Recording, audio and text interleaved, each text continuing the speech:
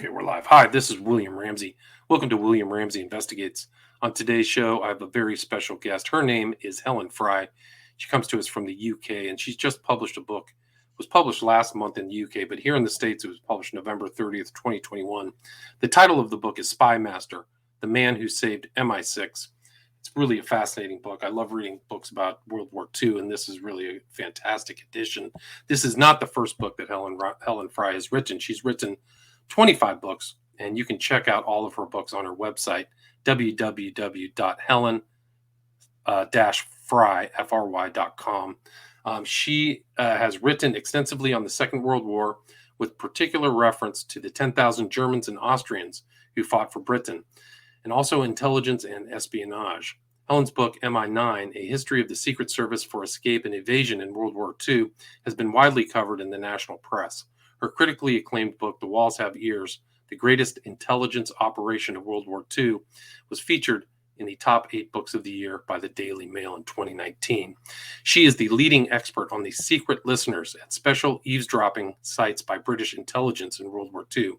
She has been at the forefront of widespread coverage and in-depth research of the greatest intelligence deception of the war, the bugging of Hitler's generals at Trent Park, North London, as well as Latimer House and Wilton Park in Buckinghamshire. Helen is recognized as the official biographer of MI6 Spymaster, Colonel Thomas Joseph Kendrick, who we're going to talk about today. She appears frequently in TV documentaries and broadcasts, as well as appearing in live interviews on the BBC and BBC World News, and she can be found on Twitter at Dr. Helen Fry, as well as Instagram and Facebook. She is an ambassador for the Museum of Military Intelligence, an honorary member of the Association of Jewish Refugees, and a trustee of the Medmenham Collection, and president of the Friends of the National Archives. So some of her other titles, she's been very busy this year. One is Churchill's German Army, the Germans who fought for Britain in World War II, which 2021 is also Inside Nuremberg Prison, Hitler's Henchmen Behind Bars, also in 2021. MI9, I already mentioned that earlier, 2020.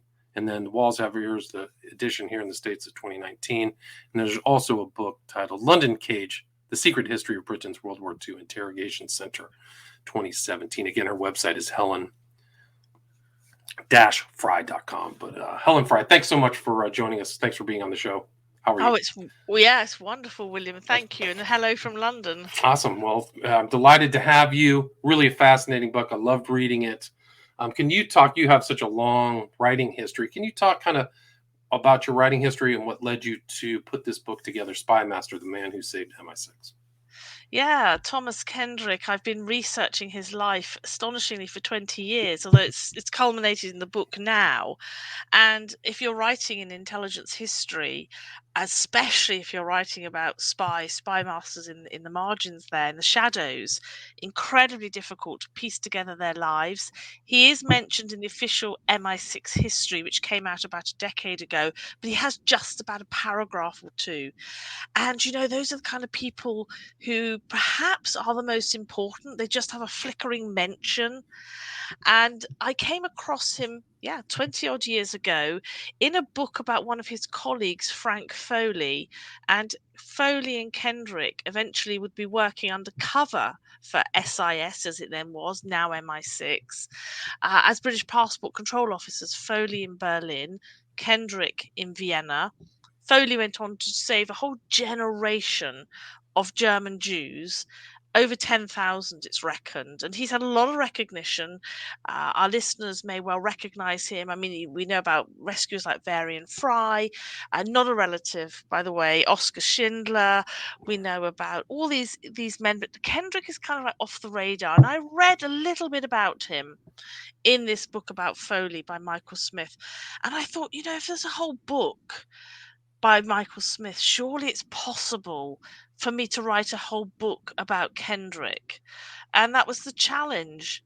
And just to say, when I started, the family they knew very little. The family gave me just a few bullet points on a scrappy piece of paper. They said, well, this is all we know. And I thought, well, so that's why it's taken so long. And so, but I mean, it is a fascinating. He's really a part of history, a lesser known, but he was there in very important parts of World War II history. Can you talk about? I mean, it's interesting because I think he was an American born in South Africa, but became involved in the kind of British Imperial or Empire. Can you talk about his birth and where he came from and how he kind of learned German and other things? Yeah, so he was born in 1881 in Cape Town. So he was actually British, but of American father Gotcha. and a South African mother. And his American father purchased the Hotel Metropole in Cape Town, which was the sort of the Ritz of the day. You know, he purchased it for £16,000 then, equivalent in dollars, I suppose, what, 25,000 dollars in the 1880s, 1890s. And so Kendrick was used to that world of high society, of interesting people. So it meant that he grew up being able to mix with ease in all kinds of circles, and that would be really important for what he goes on to do, because he was expert at the human intelligence in the end. And the American link, we'll probably talk about a bit later when we come to the Second World War. He actually works alongside the nascent developing American intelligence. There's a very close relationship. He's had a close relationship with America across his lifetime, actually. And then he serves in the Boer War in 1901 there in Africa. And he's eventually, between that period, 1901 and the outbreak of the First World War in 1914, it affects South Africa. There's the German occupied parts of the region, and he is sent behind enemy lines on a bicycle to gain intelligence for the British. I mean, it took a lot of courage to do that in the Boer War. And then in that interwar period, I mean, before the First World War, that interwar period, he's traveling around the diamond mining communities, working as a stockbroker in South Africa, merging and mixing with all the kind of communities and keeping an eye on the German situation, because the Germans were being perceived as a threat in that period, because they were starting to develop all kinds of interesting weapons and guns. I mean, nothing like as sophisticated as they would go on to do in the Second World War with technology. So, very, very interesting that the threat in that early part of the 20th century is actually Germany. Of course, it would be overtaken by Russia later, not long after the First World War. Right. So he was there in this kind of heady environment of conflict in the South Africa. There's a lot of German, so he learns German and also Yes. kind of marries a German woman too. So you kind of see where he's learning, like, this is leading up to stuff. He's learning the culture and the language, right? Yeah, so it's after the war. He actually meets this daughter of a German businessman. He's working for the German businessman in the diamond mining industry. And what I've traced in my book, we very rarely look at that incredibly early period. A lot of key figures that go on to shape British intelligence later in the 20th century have served in this period, not necessarily in uniform, but in South Africa, are moving amongst the international diamond mining community. So what you've effectively got, William, is these diamond mining and spies with these Right. international networks. Right. So you, I mean, you have people from all over the world coming to South Africa, different languages, English, the Boers, the German. So what happens to him? He gets married. How does he come out of that part of the world? That's the First World War. So he's fighting and serving in South Africa in the early part of the First World War. The surrender is sort of taken in July 1915. So of course, 3 years before anything like that happens in the armistice in Europe. And then he's transferred later in the First World War to serve in France in intelligence, and he's running agents. He's involved in counter espionage. He's also, at the very end of the First World War, interrogating and gaining intelligence from, well, towards the very, very end of the war, they had about 5,000 surrendering German prisoners of war near Arras in France, there near the front line. And he's processing them for intelligence, finding clever ways, not roughing them up in interrogation, but finding clever ways to gain intelligence ahead of the Treaty of Versailles. Right. So he's there. He's made his way to Europe. The war ends, Yes. and what happens next? So he's then posted to Cologne with Frank Foley, I mentioned at the start of the podcast.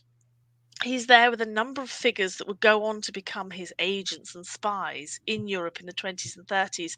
And the interesting threat now is shifting because in 1917, the Russian Revolution, the threat that's emerging are the Bolsheviks, and communism. And in that period, the communists are, or the Bolsheviks, should I say, are trying to infiltrate the armies of Europe, which are disbanding, trying to infiltrate them and encourage them to overthrow democracy. I mean, that's a very simplistic view. And you think, wow, has anything much changed today? You know, it's like people might kind of think, oh, there's a parallels with today. So he's again running spies, counter-espionage, keeping an eye on the Bolsheviks. And the crucial moment, I suppose, the turning point for his career where it really ramps up, as you know, because as you read in the book, in 1925, he is posted by the head of MI6, who's known as C. He signs his name in green ink, just C. And I think it's still a tradition, I understand, that happens today. The head of MI6 Interesting. signs C in green ink. So the head of MI6 sends him to Vienna.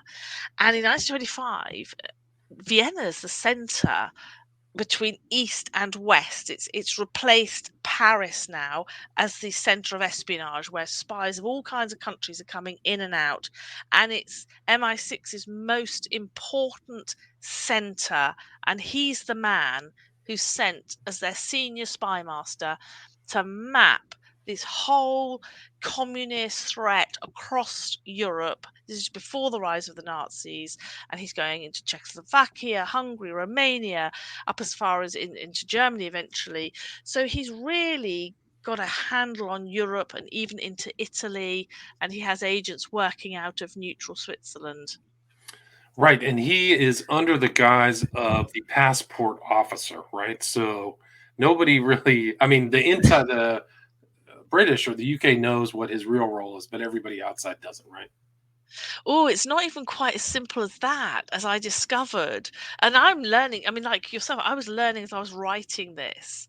And before I forget to say, it's really important, I had no help from MI6 in this. I had no access to their archives. So that'll probably give you an idea of how tricky it is to reconstruct the life, and that's why it's taken so long. But yes, he's undercover of British Passport Control Officer. Some of his staff are also working for MI6, or as it was then known as SIS, a Secret Intelligence Service. But there are also members of his staff that don't know that's what he is. They just think he's a Oh, passport interesting. control officer. So you've got this double layer of secrecy even within the office. And he's working out of the back rooms. The secretaries, his special secretaries, are, you know, communicating with agents in Czechoslovakia, Hungary, secreting, letter writing, all that kind of stuff. All the stuff of the James Bond spy fiction. And I think, even his wife probably didn't realize what he was doing. And this is what I found astonishing. She probably also thought he was stamping visas and issuing passports. Right. And so he was interesting, and I think you wrote that the outsiders thought that it was somebody else in that office who was really the intel, not him, right? I think you Yeah, no, nobody could really work out who the top spy master was in Vienna. Certainly the Nazis couldn't. The Gestapo who were after him couldn't work out who it was. They knew there was a senior MI6 spy master in Vienna. They referred to him as the elusive Englishman, which I rather oh, like that. okay. But if you think also going back to his life in Cape Town, remembering his American father who had this mega posh hotel. Kendrick in Vienna is mixing in high society circles. He's mixing amongst the intellectuals. He's going regularly to the Royal State Opera House. He's gathering contacts, but also using journalists and students. He's gathering a whole network because you never know when you're going to need it. So he's regularly throwing cocktail parties. It's a bit kind of Ian Fleming now. And he did know Ian Fleming, they worked together, Oh, knew interesting. him in this period.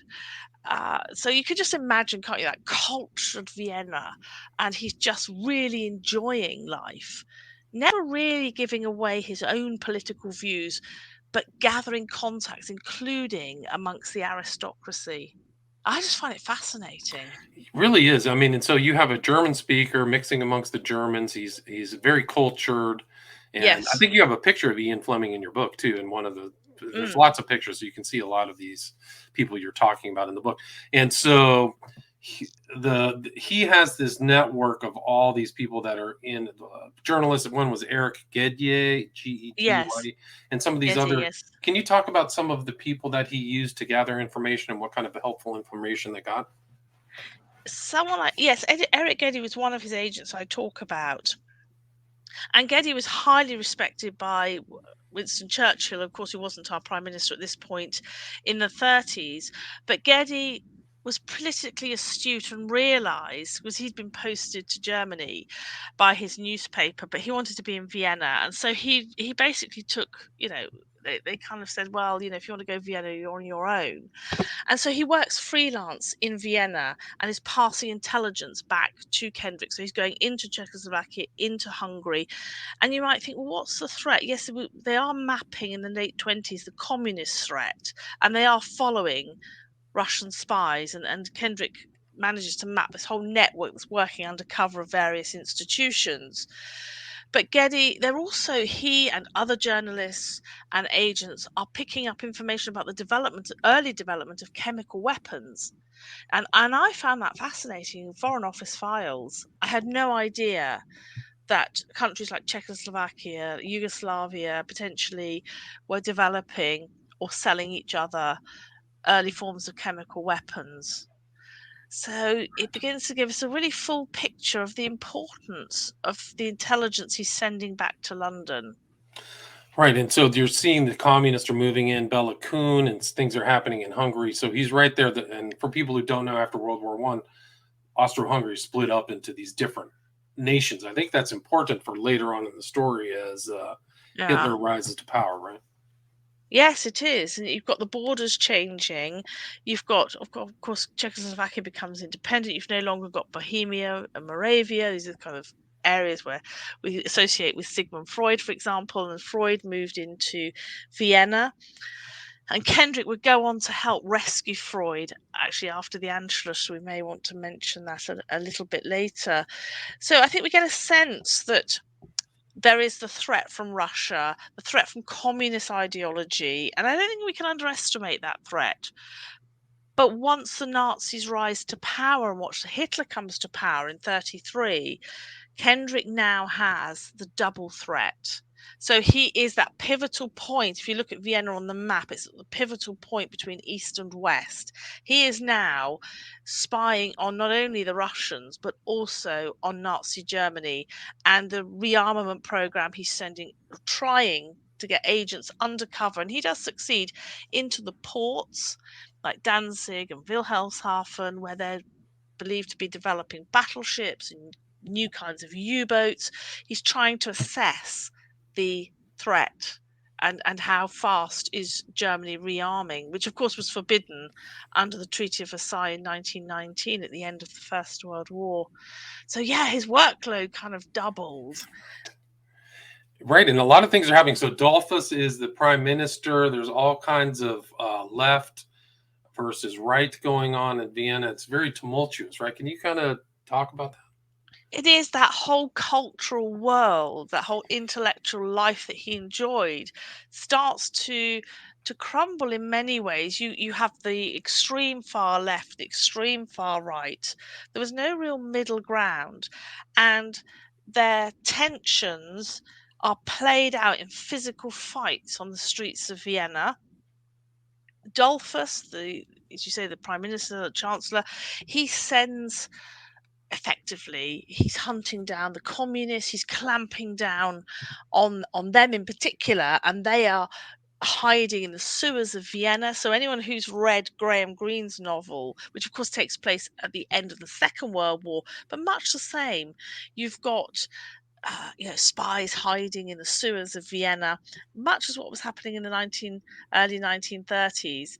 And Eric Geddy is there helping, and he's there also with another figure you might be surprised to have read, Kim Philby. I find he's there in 1933-34, and I have some very interesting analysis, which would be good for people to carefully read what I've discovered.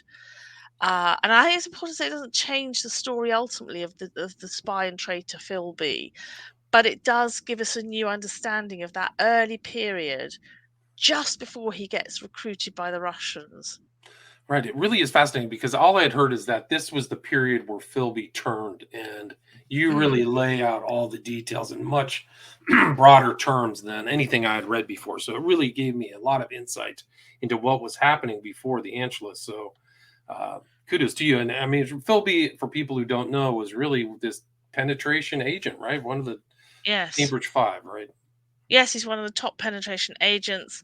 And if it's when you go into the detail, I think we grow up reading various stories and books, and only when we go into the detail, and I'm not expecting to find this stuff. I'm not going out looking to change the historical narrative. It's what I'm reading in the files. And Philby is ultimately recruited as a penetration agent on a park bench when he finally returns to London in April 1934. So he's in Vienna in 33 and 34. In April, he marries a leading top communist woman. They come back to England. Kendrick absolutely must have issued her British passport, and it does lead a question: how could he miss them? I leave that as a question mark. I like people to read the book, but he's not recruited until about a month later on a park bench. I think it was Regent's Park in London. So what's happening in that period before? Is he really working for SIS, MI6 before that period? Question mark. And if you look at the other characters, and there's a very interesting American journalist, Dorothy Thompson. And there's a question mark over. Yeah, she's not just reporting on the political state. I think she's also passing back intelligence. So yeah, fascinating in that respect too. So he might have been an SIS agent before he was turned, right? Is that what you're saying? Well, maybe not Or formally, but right. he may have loosely been working for Kendrick. And the reasons I say that is because some of the paper trail that I found in the Foreign Office files, deeply embedded. Again, I was not looking for that. I was looking to reconstruct some of this political turmoil of that period. Right, and he was friends with another Kendrick asset, Gedye, who we mentioned before. So he was in the mix with those people going on. And what kind of happened from 34? I think that Dollfuss was kind of an antagonist of Hitler, right? And I think that that led to, yeah, it kind of He was continued. assassinated. So it's a very, very dangerous times. You've got huge potential instability. In fact, Kendrick and his secret secretaries, as I should call them, those that were actually working on the other stuff, not just passport control, they believed that Hitler could annex Austria in 34. I mean, it didn't happen in the end because you've got Mussolini muscling a bit on his troops on the border, saying that he's going to support the British and not, making sure Hitler doesn't annex Austria at that point. Of course, it does all go pear shaped a bit later.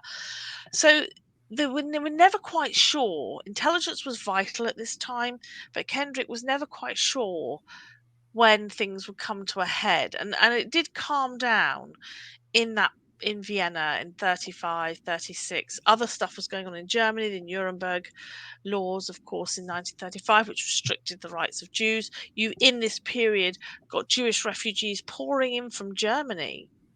So Kendrick's really aware of the impact of the Nazi regime. And then, of course, bang, it happens to Austria overnight. The you know, gunning for the Jewish community in Austria happens overnight after Hitler annexes Austria in March 1938. And this is really serious. Kendrick knows it's coming. There's intelligence on the ground, there's mobilization of troops, and there is a huge force that he wakes up and on the streets of Vienna. Yeah, all night the forces have been, and airborne forces have been pouring into this relatively small country. Right. I mean, it was immediate. So I think that was what, March 12th, 1938. So what, I mean, it really changed the entire, tenor of the whole country, right? So what Oh, happens next? Yeah. very, very tense. I mean, dramatic. It's starting to snow a bit as well. You've got these hefty troops, disproportionate actually in terms of on the streets of Vienna there.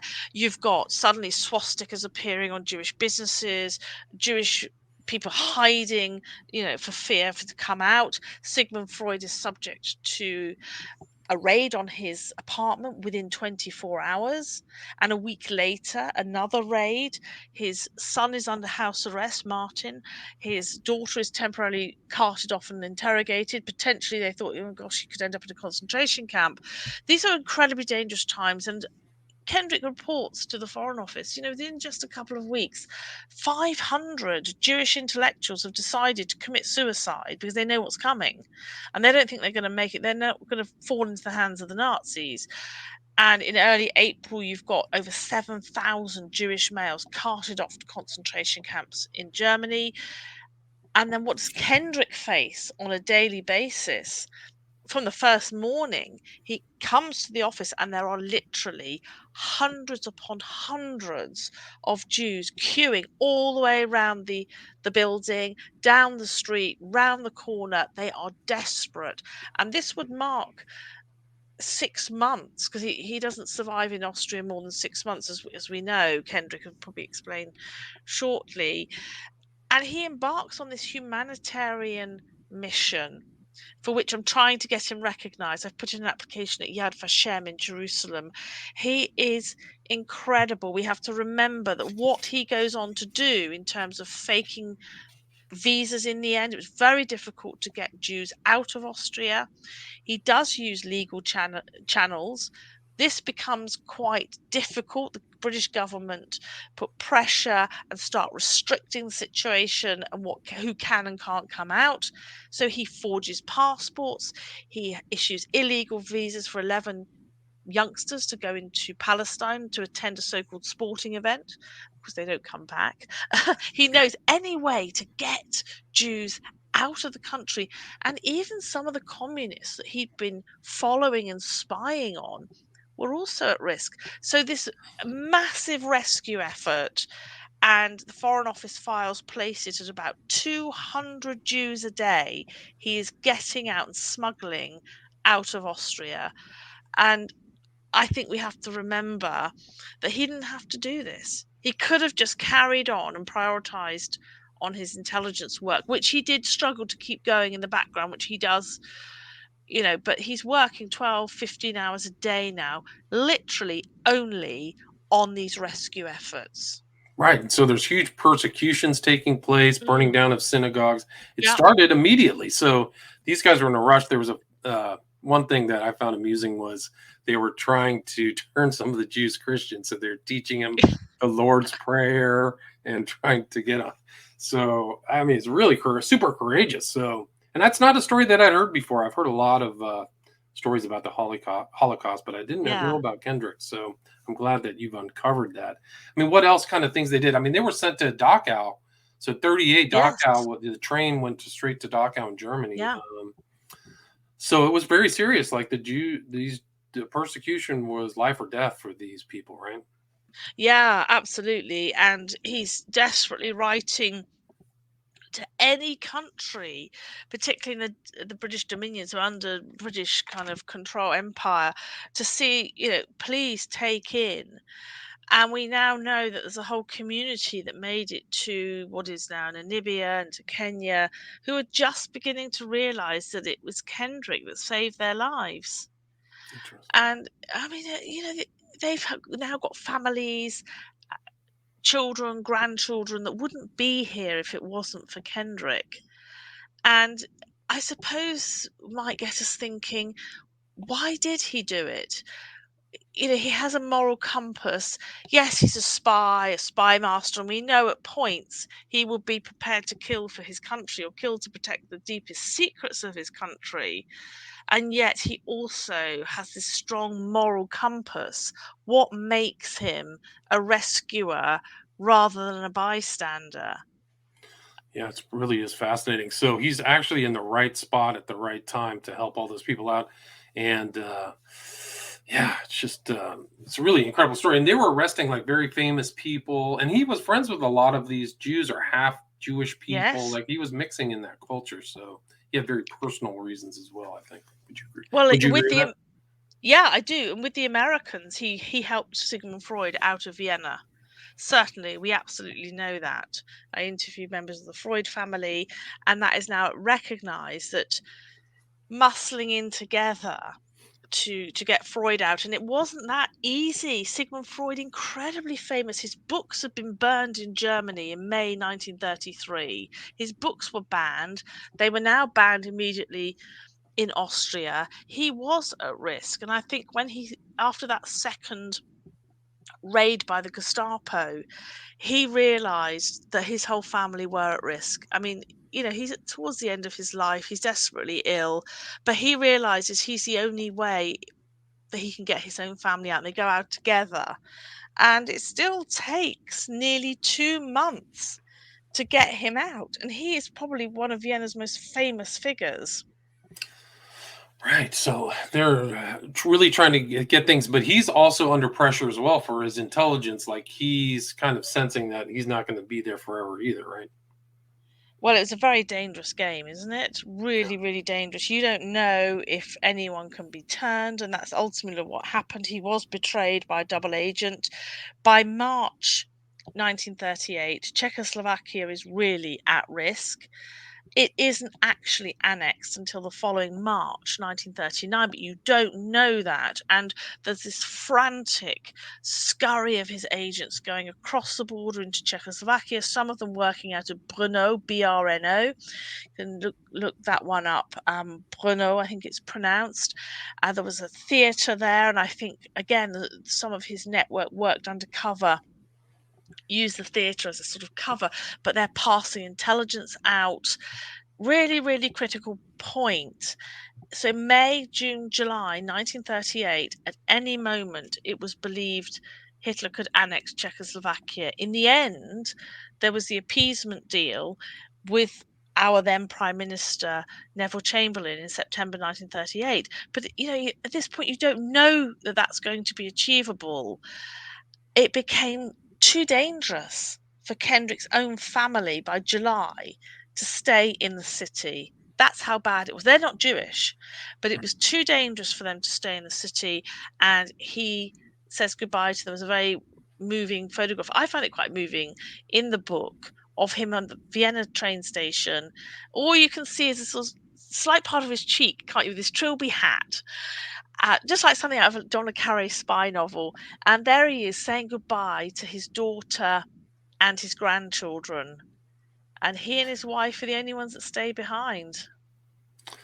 Yeah, it's wow. Yeah, so he sends his family off, and I find it fascinating too that he had to sit down with Adolf Eichmann, like one of the real monsters of Germany, talking to him, trying to negotiate. Can you talk a little bit about that?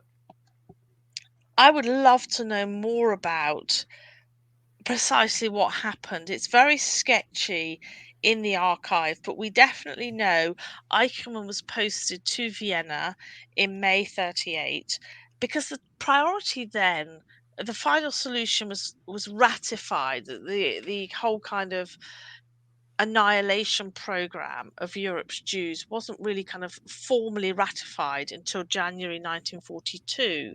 That wasn't to say Jews weren't being murdered and weren't disappearing, but Eichmann was sent to Vienna initially to just get Jews out of German territory. So Austria is now seen as Germany. It's part of Greater Germany. There is no Austria anymore. We still refer to it as Austria, but when we're chatting, but we have to imagine this is now Germany. Right. And Hitler does not want German Jews in the borders of Germany. So Eichmann's sent to Vienna, find any way to get Jews out of Germany. And at this point, it's not necessarily killing them, just get them out. And so Kendrick, we know, bargains with Eichmann to get Jews out. And I would love to know more about that operation, but he's summoned to Eichmann's office. And I just would love to find a transcript somewhere of that meeting. Yeah, it would be fascinating to see what's going on because he's clear. Kendrick is clearly working to get all these people out, right? So he's working from one angle, and Eichmann's working from another angle, But he's fearless. He's quite happy to stand up to Eichmann. And there's another scene that's actually reported in the press of one day around this time. Kendrick looks out of his office and he sees a group of Jews scrubbing the streets. I mean, we've probably all seen these images across Nazi Germany. One of them was a pregnant woman, the other one was a surgeon. We know, and the thought, Kendrick looks this surgeon scrubbing with this acid solution. They've got the buckets, this acid solution. You've got the stormtroopers, the SS, standing around, jeering, kicking them occasionally, and the thought passes his mind: how many lives have those hands saved? And he's just absolutely furious by what he sees. He storms out of the British Passport Office, down the steps, and he kicks over the bucket of acid solution, and he stares those SS down and those stormtroopers and says, "Not on my patch." You can't hear him saying it. And I think, again, these are actions highly risky. People disappeared, not only Jews. A couple of his own agents had disappeared in March 38. He managed to get them out. They found them. But we mustn't underestimate, it wasn't just risky for Jews either. And he's taking great risk. Right. So he took a lot of risk, and stayed. And what happened next? We talked about the fact he's betrayed by this double agent. And the Gestapo don't move immediately. They're still trying to sort of build up a little bit about his network. But within just a few weeks, they arrest one of the managers. He's Austrian manager working for Kendrick, also doing a bit of secret work as well as visa work, in actual fact. And he's just disappeared. This is one Friday in August. And it's a warning sign. Kendrick gets that kind of spiny feeling up his, tingling feeling that something's not right. This is just not an ordinary run-of-the-mill arrest that he's had to deal with before. So he and his wife leave really early, before 8 a.m. one morning, and they're out of Vienna. Well, the Gestapo turn up to arrest him. He's not there. All the border guards are notified, and he almost makes it out. He's close to the border, and he's heading for Kitzbühel in the mountains, and he's near Freilassing. He's almost out. Car is stopped by an unexpected checkpoint. There is an assassination attempt on his life en route as well. Very, very dramatic assassination attempt. Car stops. He's hauled out. His wife returns on her own. She is not arrested. They don't suspect her. He is back in Vienna. The Hotel Metropole in Vienna is the Gestapo headquarters. He's there receiving 8-hour interrogation with no break at night, solitary confinement, sort of Soviet-style interrogation it's referred to in the Foreign Office files. And we don't know he's going to survive. And there's this panic back in London because they know he's been arrested. His wife goes to our diplomat, our ambassador, and says, Kendrick's disappeared, and they didn't know where he was at that point. And there's this whole, you get a sense in the files, this whole panic, because this is their top spymaster in Europe, and he's been arrested. What does this mean for the whole of MI6's work across Europe? And they get recalled. The spies and agents like Frank Foley, we go back to him, working undercover, they all get recalled. And that's serious at a time when we needed intelligence. And our official files and the official history of MI6 says this was the most serious incident to befall MI6 in the first 30 years of its history. You think, wow, that gives us a sense of just how dangerous and damaging this was for the whole of the Secret Intelligence Service. Right. No, it's incredible. So he gets in Gestapo. He's kept there, and somehow he gets out. Right. So there's a bit of bargaining. Yeah, a bit of bargaining in the background. Our ambassador in Berlin is muscling in and saying, look, he's not a spy. Kendrick sort of was under interrogation. I'm not a spy. Allegedly doesn't give them anything. I don't think he does. Now, we mentioned Munich earlier. We mentioned the appeasement with Chamberlain. That was on the cards for the following month of September 1938. And we are now the middle of August 38. Kendrick's banged up in the Hotel Metropole. Horrific interrogation. But the Germans decide not to kill him. And I think because of Munich. That's my interpretation. That if it wasn't for Munich coming up the following month, it was already sort of being discussed on the cards. This was a massive warning to the British government. We are expelling your senior spy. We know all about him. We know who he is. We're going to expel him. We also know all about the network. We don't know how much of that's true, but it was enough to send shivers right through Whitehall and through MI6 circles. So they expelled him on charges of spying, which of course he always disavowed. We now know it's true. Right. So he's heads back, but that's not really the end of his whole story. I mean, there's a lot more. We're at about 40 minutes. There's a lot more to his story because he's involved in interrogating Hess when he flies over in 41. There's a Yes. lot more to this. I mean, it's a really fascinating story just following him through World War II, Kendrick, and what he did. And I mean, he's involved in some of these things. Can you give the reader what else is in the book before we wrap it up? Yeah, it's overlaps a little bit, but not totally with my book, The Walls Have Ears, because Kendrick goes on to form, with no blueprint, a massive intelligence gathering organization. You could say spying on Germany from within Britain's borders. And he's doing that because it's some secret sites in Britain, just outside London, these stately homes. He's embedded microphones in light fittings, walls, in billiards tables, in the plant pots, everything.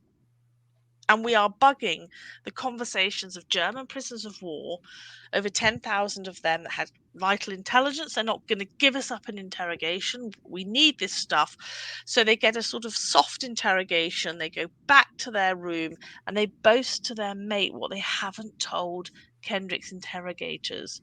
But the crucial thing also, I think, for your audience would be really interested in America in particular, that after Pearl Harbor, within 2 weeks, American intelligence officers start arriving at Kendrick's sites, and there's a very close working relationship. And I have some really wonderful stories, particularly Hermuth Jestin, one of the interrogators. There's some funny stories about how he charms the generals and gets intelligence from them with a bottle of whiskey and brandy.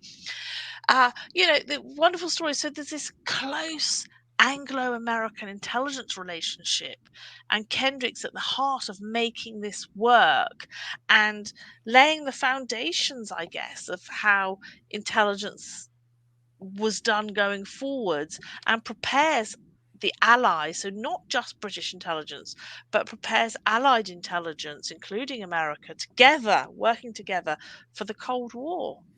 All right, so it goes on to that next step. And I hope this book brings this guy to more people's knowledge and understanding. Thomas Joseph Kendrick, somebody I hadn't heard about. So thanks for writing this book. Really fascinating. Where's the best place to get Spymaster? In America, is Amazon good? Or Barnes and Yeah. Noble? I'm not sure what's your usual outlet, but it is available in America. It was published just a couple of days ago, so it should be widely available. I guess you can also order direct from Yale University Press website. And you have an audiobook of this too, correct? Yes, it's on Kindle. It's every format you would want, really, hopefully. Gotcha, cool. And what should give me state your website again, please? www.helen-fry.com. Gotcha. And so people, if they have any questions or want to reach out to you, they can contact you through that website, correct? Yes, there's a contact page. I'm very, very active on Twitter. You can send me a message on Twitter, post something if you've enjoyed this podcast, if you've enjoyed the book, and we've got quite a conversation going. And what's wonderful, this is new history coming out. I'm not the only historian writing about these new intelligence history, but the public are fascinated by it. And it's getting a real conversation going amongst the public, but also amongst our historians and academics. And that's across the world. It's very, very exciting. Yeah, and your Twitter handle is at Dr. Helen Fry, all one word, right? So people can go check that out as well. Yes. And they Awesome. can be part of this conversation, can't they? They can be part of understanding and contributing to the discussion of this history via Twitter or wherever. Yeah. Yeah, it's a great opportunity for people to learn about some new angles, new aspects, new facets of World War II. Again, the title of the book is Spymaster, The Man Who Saved MI6 by author Helen Fry. Thank you so much, Helen. I appreciate it. Thank you, William. All right, take care. Stay there. Stay there. All right, that was perfect. That was